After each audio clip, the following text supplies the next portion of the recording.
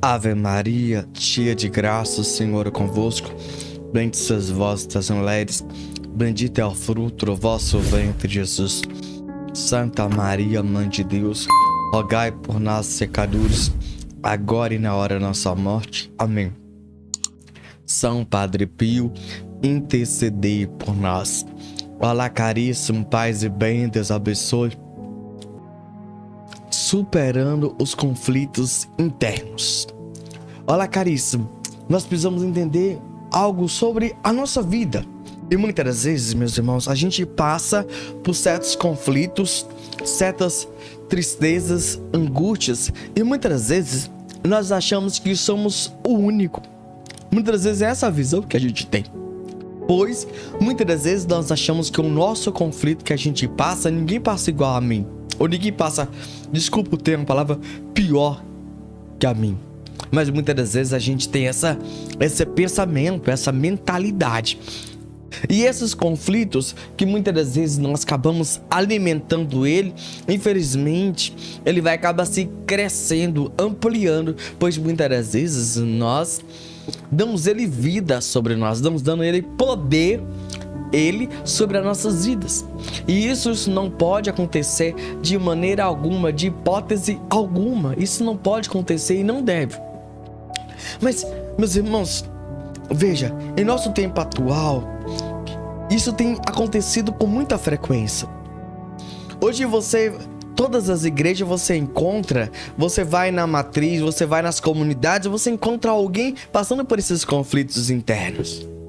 E você muitas das vezes fala assim, meu Deus, parece que isso é como uma pandemia, tem esparramado sobre todo lugar. Como vencer isso? Como superar? E eu queria trazer o meu testemunho, eu quero trazer para vocês o meu testemunho, para que vocês entendam um pouquinho do meu sofrimento, vocês entendam o que eu passei. Para vocês, não para você olhar para mim e achar que eu sou modelo, que eu sou exemplo, não. Não é uma falsa humildade, mas eu quero que você olhe para mim, entenda que se eu passei e superei, você pode passar e superar também. De cabeça erguida e com muita alegria e com muito júbilo. Que isso faz parte da nossa vida, os conflitos. E muitas vezes a gente não entende isso. Esse que é a verdade. Mas como de fato vencer esses conflitos? Vamos lá, vamos entender um pouquinho. Eu queria que vocês entendessem muito bem. Meus irmãos, eu sou cego, mais ou menos uns 10 anos. Basicamente é isso. Eu não sei o tempo que eu sou cego, mas a minha deficiência, ela foi adquirida, então eu não nasci cego. Sendo assim, imagine só, eu era um jovem ativo. Eu pilotava moto, eu dirigia carro, eu trabalhava, eu tinha as namoradinhas. Você imagine só. Essa era a minha vida. Eu era um jovem super ocupado. Eu não ficava em casa. Não. Então eu tinha compromissos e todo dia eu trabalhava de domingo a domingo, para que vocês entendam. Eu tinha compromissos. Quando a cegueira veio, então eu parei de fazer tudo. Mas é tudo mesmo. E agora eu fui dedicar ao tratamento. Meus irmãos, eu tive um grande choque. Eu, assim, não condeno o médico, mas, assim, eu penso que ele foi infeliz no seu pronunciamento. Mas aqui entendo a coisa. Quem nunca foi infeliz em uma frase? Todos nós. Isso acontece sempre com nós. Agora, o caso do profissional, entenda uma coisa, a gente não pode condenar ele por causa dessa infelicidade dele, certo? Então, jamais. Antes de ser profissional, é um ser humano, certo? Eu quero que você deixe bem claro. Mas naquele momento, para mim, ele foi. Mas, claro que a gente tem que entender que é ser humano, perfeito? Ele disse assim, olha, mãe, o seu filho, a partir de hoje, vai ser um jovem dependente. Totalmente dependente. E eu recomendo você levar ele para a escola para que ele possa se adaptar a essa nova realidade. Ele vai ficar ser cego. E a vida para ele acabou. Naquele momento, a minha mãe começou a chorar. A enfermeira disse: calma, minha senhora, calma, calma. E aí, a enfermeira falou assim com a minha mãe. Eu ali, eu engoli o choro, as lágrimas, mas aquelas palavras ali ficou bem forte dentro de mim. Eu vi, mas uma coisa que eu digo pra vocês ali, depois de ter ouvido isso desse médico, nós ainda continuamos fazer tratamento, procuramos outros recursos. Sendo assim, chegou um médico e ele trouxe outro diagnóstico para nós sobre a minha deficiência. E aí, meus irmãos, eu confesso para vocês que eu cheguei em casa e fiquei desequilibrado. Essa é a palavra correta. Mas não me coloquei como vítima. Não fui um filho bom, certo? E agia muito mal dentro de casa, no relacionamento em casa. Esse era eu, o Eno. Mas veja bem, quando a gente olha para o ser humano, a gente sempre tem que amar e perdoar. Lembra desse detalhe? Sempre tem essa chave, amar e perdoar. Quando eu quis ingressar na igreja, tinha uma senhora com muita boa vontade, não vou citar o nome dela, que me convidou. Fui 2 vezes. Na primeira vez não queria ir, na segunda quis, ela me levou. Na terceira queria, só que ela não veio me buscar. Fiquei super chateado com ela porque ela não veio me buscar. Certo? O que aconteceu? Eu quis participar de um grupo, mas ninguém vinha me buscar. Pra vocês terem ideia, o grupo utilizava o meu violão, mas eles não tinham capacidade de me levar pro grupo, não me levavam. Veja o que acontecia. Aqui eu não condeno o ser humano, faz parte. Veja bem, deixa eu falar um erro meu aqui, só pra vocês entenderem que o ser humano erra. Eu já, com deficiência, fui ajudar uma pessoa com deficiência. Ela era cadeirante e tava caminhando com ela. Basicamente, ela me guiava e eu empurrava a cadeira. Só que chegou um momento que eu não tava muito prestando atenção, confesso a vocês, era uma descida. Aí ela me segura que eu vou cair. Onde eu coloquei as minhas mãos? Infelizmente, eu fui infeliz nesse momento. Ela ficou nervosa. Tira a mão daí. Tá. Claro que eu tirei, né? Mas eu tentei segurar. A gente age naquele momento. Eu fui infeliz nesse momento. E aí, o que acontece? Não me levaram pro grupo. E aí comecei a ir pra igreja. Aí eu não sei se vocês entendem, eu tive... um dia, meu irmão como é que fala a palavra? Me colocou à prova. Falou comigo, vamos ver se é corajoso mesmo. Ele chegou diante de mim e falou assim: ó, eu tô com uma cédula aqui, tô com fome, eu sei que você tá também. E ele disse: ó, você quer ir lá na lanchonete comprar um lanche pra gente? Eu falei: vou. Não sabia usar bengala, hoje eu uso, sei usar, tranquilo. E ele não emprestou pra mim a sua bengala. Eu também tenho outro irmão cego. Não emprestou. Vamos lá. Não era católico eu simplesmente era um depressivo. E fui. Me pergunta como eu fui, não sei te responder, mas eu cheguei lá.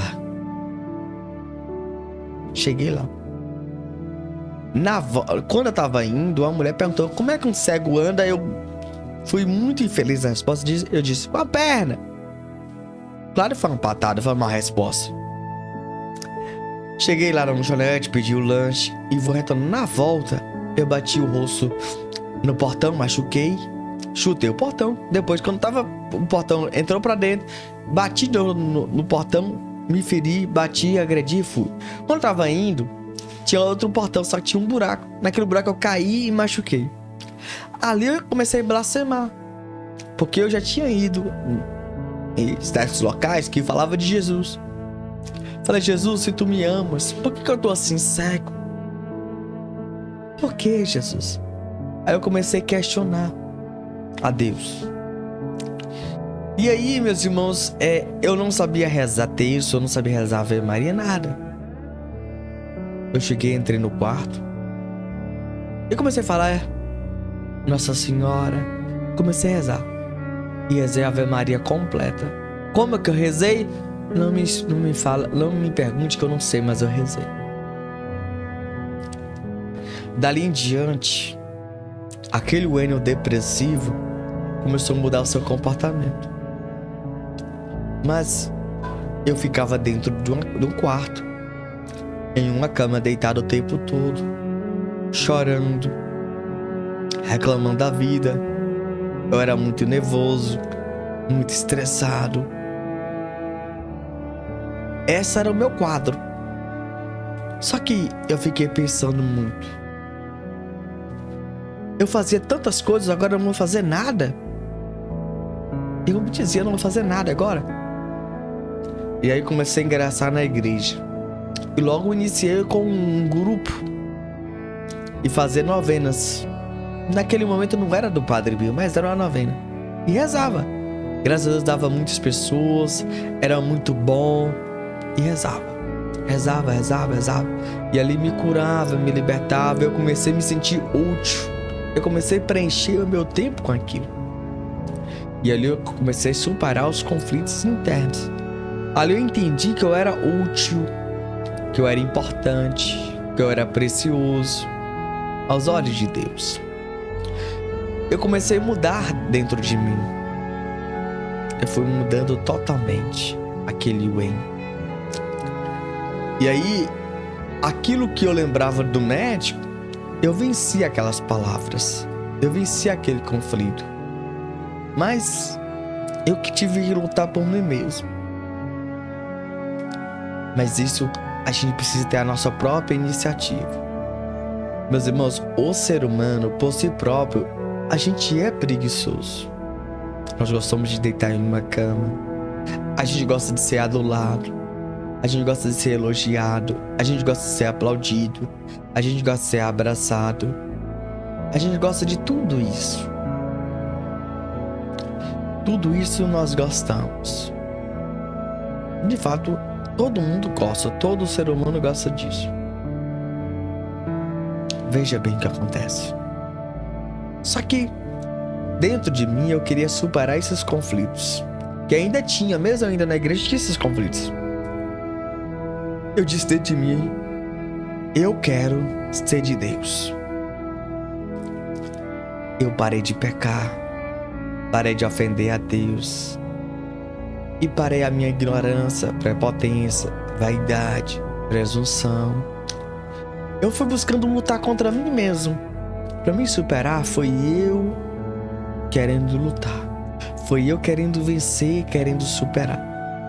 Não existia outro caminho, outro método, outra forma, outro jeito. Mas eu olhei para dentro de mim e quis superar.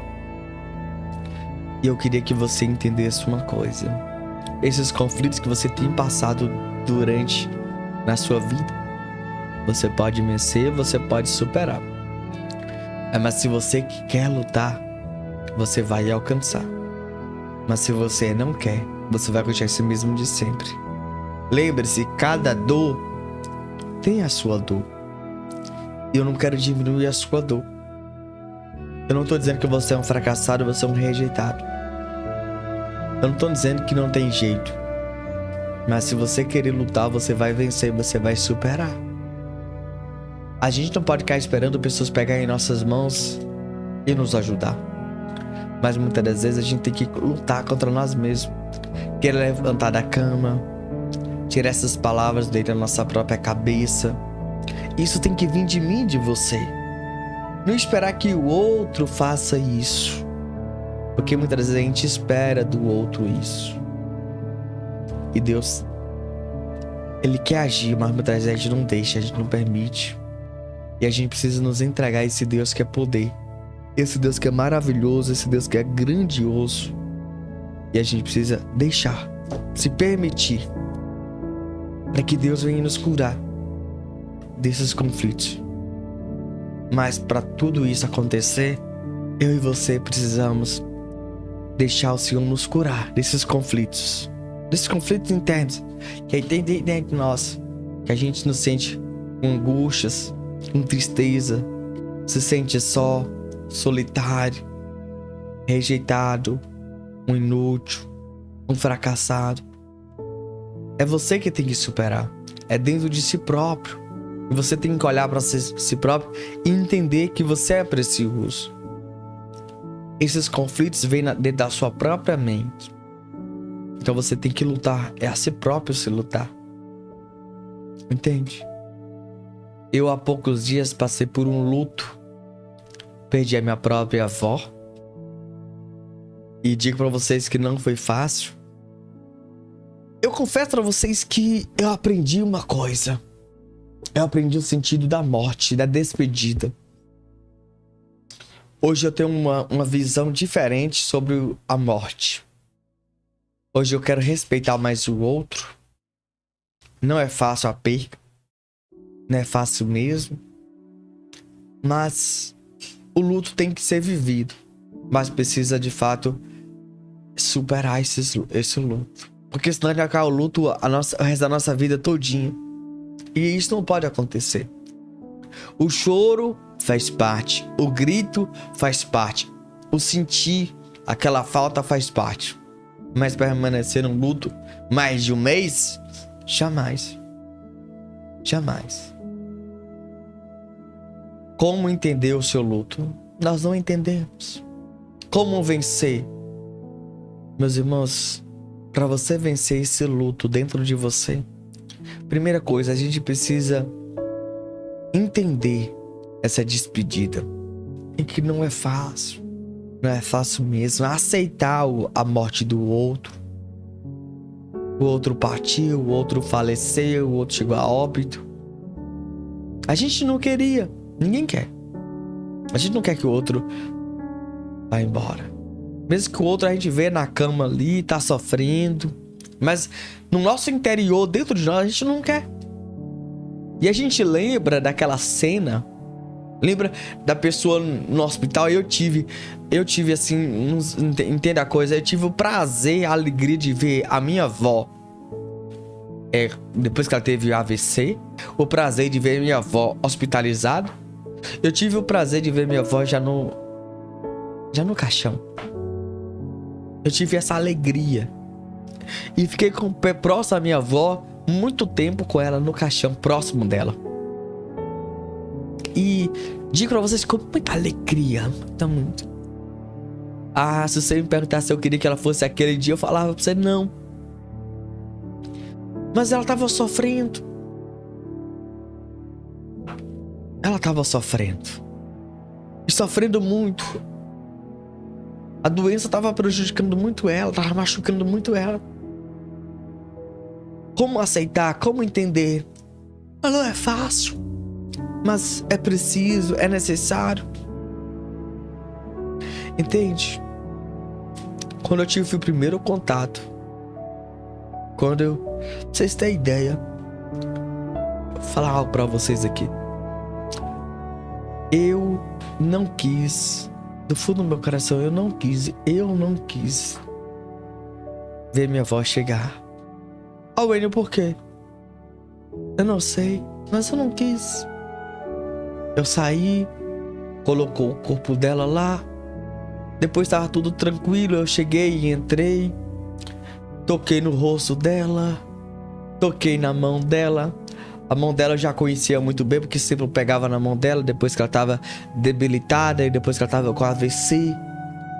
Tocava muito na mão dela e toquei. Depois, digo para vocês com muita alegria.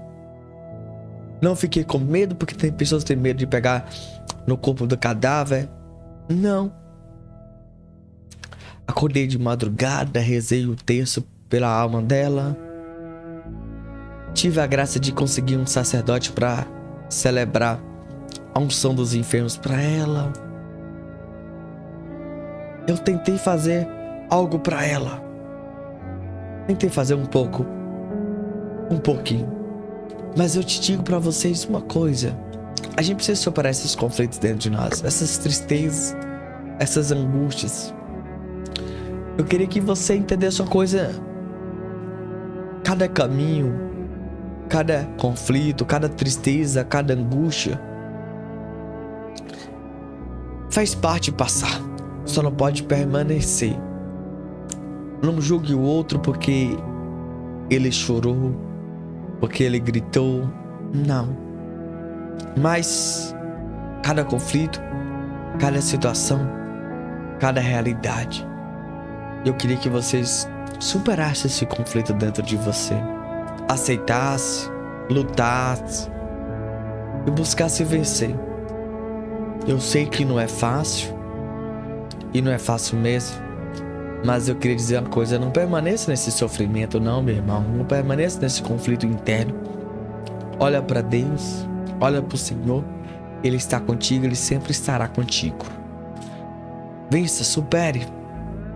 Nós agora vamos ler um relato que nós retiramos do nosso próprio site. Presta nosso relato, vamos ler a partir de agora, por favor. Padre Pio sempre dava conselhos apropriados. O Padre Pio é um mestre de vida. Não fala à multidão, mas dá a cada pessoa a palavra apropriada de conselho, de orientação, de chamamento. Não se perde em longas dissertações, mas seu ensinamento é conciso, deixando ao interessado avaliá-lo, desenvolvê-lo ou tirar as conclusões. Ele aconselha, adverte, exorta, sugere, sem jamais assumir um tom doutoral. É sempre um grande educador, mas jamais se comporta como um professor. Demonstra a seus filhos, mesmo sem dissertar, que a Eucaristia é a fonte da qual irrompem no mundo rios de vida sobrenatural, que é a maior dádiva de Deus sobre a terra. Que Cristo renova a cada dia na missa o sacrifício da cruz, que os sacramentos e a liturgia são uma ininterrupta adoração a Deus. No aconselhamento não há incerteza, nem momentos de retrocesso ou de dúvida. Sua palavra é sempre precisa, inequívoca, taxativa, jamais vã. Às vezes pode parecer que algumas de suas palavras são jogadas ao acaso, mas, ao contrário, são dirigidas a alguns dos presentes, sem que os outros se deem conta disso. Apenas aquele a quem elas são endereçadas consegue captar o sentido completo. Quantas vezes o padre se dirige com doçura a seus filhos transviados para chamá-los novamente a seus deveres cristãos. Quantas vezes vê suas ovelhas seguirem as seduções do mundo e ele, vigilante, com a palavra firme e às vezes enérgica, incita-as a voltar ao bom pastor. Se porém percebe que alguns filhos do mundo se introduzem no aprisco, disfarçados de ovelhas, para levar à discórdia, com esses usa expressões duríssimas e sem discrição. Adapta-se como educador às diferenças humanas, de raça, de condição social, de mentalidade e de temperamento.